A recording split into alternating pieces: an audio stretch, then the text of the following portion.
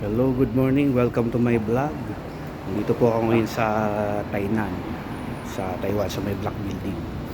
Ito po yung ipon ko sa pagtatrabaho, yung alkansya. Ayan. Pasensya na kayo at hindi ko pinakita kagabi ko paano ko binilang, pero binilang ko na siya.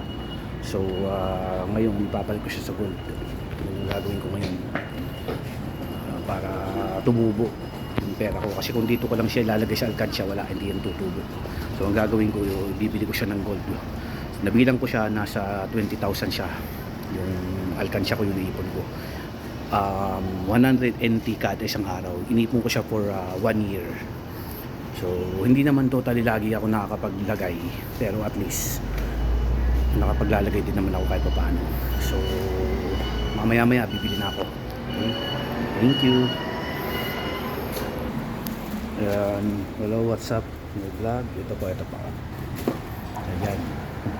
Dito ko bibili sa Black Building.